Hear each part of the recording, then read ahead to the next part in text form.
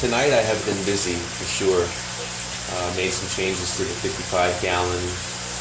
This was all spurred by the Geophagus serenamensis that I got a hold of.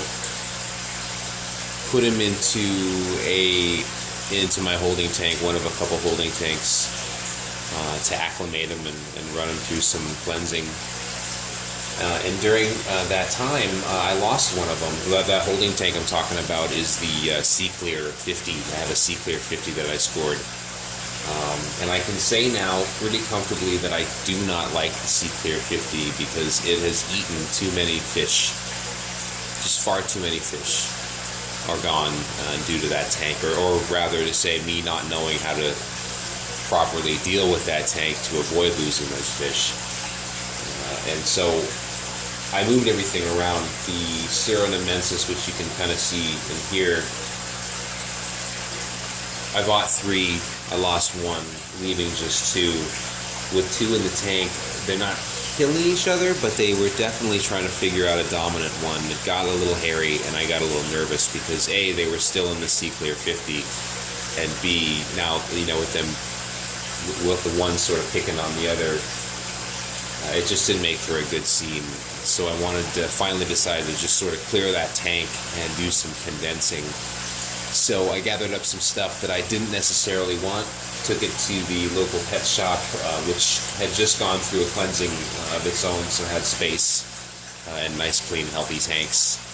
So I did take some of that stuff back and scored some really cool stuff for that credit, but I'm going to show that to you a little bit later. But what I wanted to focus on is what I've been doing tonight, and that's working with the 55. So I'm going to go ahead and do some different pan shots for you guys now so you can check it out.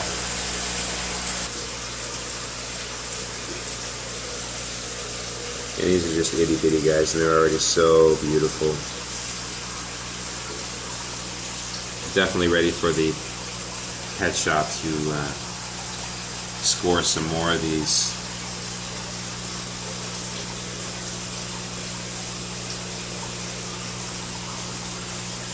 I got the wild hair up my ass to do my tank a little late in the night, so I got to work on this corner here. I got a large rock in the yard I got on the top of my mine that I want to stick in there, but I'm not charging out there right now. We'll deal with that in the morning. I want to show you guys what I had done. My only concern, or I don't know if it's a concern, but I don't like this substrate. It's a little rough, but I think it'll be okay for now. Ultimately, this is not where I want them to go. This is just sort of a staging point for now. They will have a, hey now buddy,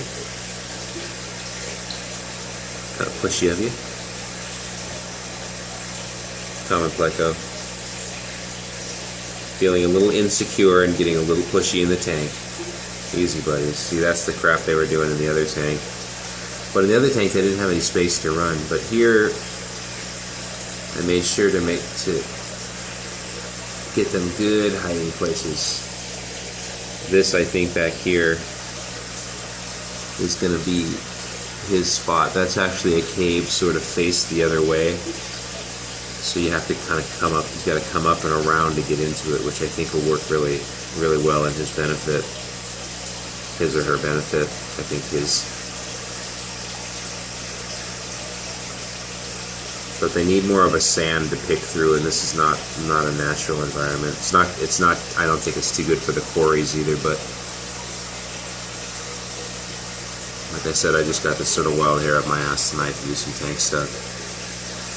Based on me despising the seaclear 50 and Geophagus aggression. So you never know what's going to start your tank maintenance, aside from just good fish husbandry. Husbandry.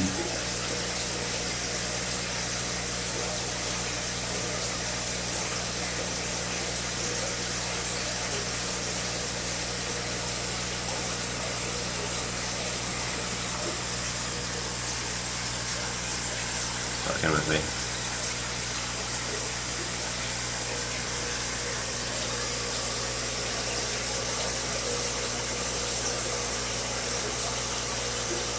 You see what I mean, right? Not exactly the best substrate for them, but that's all right. Also, I just did this, so there's a lot of clearing up that has to happen in here, but like I said, wild hair. Wild hair, and I want to share. I want to show you what I have done.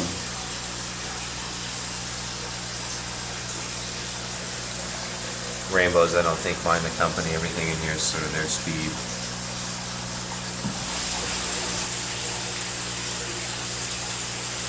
So another nice really thing that I got done, a nice really thing, it's not even English, thing that I did today that I think will be good is I resealed the 75 that I just got. So onward with that. 75 is going to, very shortly, as soon as it's cured, is going to house the Paranitropolis synspillum, or Vieja synspillum, or redhead cichlids, depending on where your brood is at.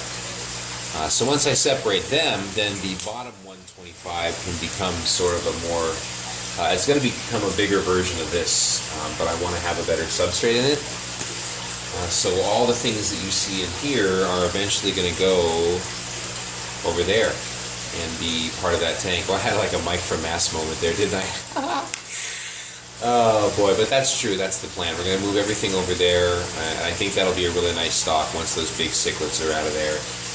That'll also give time for the geos to grow, and then they will then become the big cichlids in that tank, at which point I will have to just encase my garage in glass. And, I don't know, be one of those guys who just comes and swims in his big aquarium garage tank thing.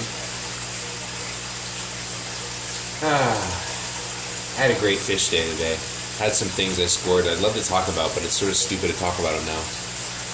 But I will. We'll make videos very, very shortly, my friends, that you will enjoy and appreciate. Meanwhile, you got this to chew on. Happy Friday, everybody.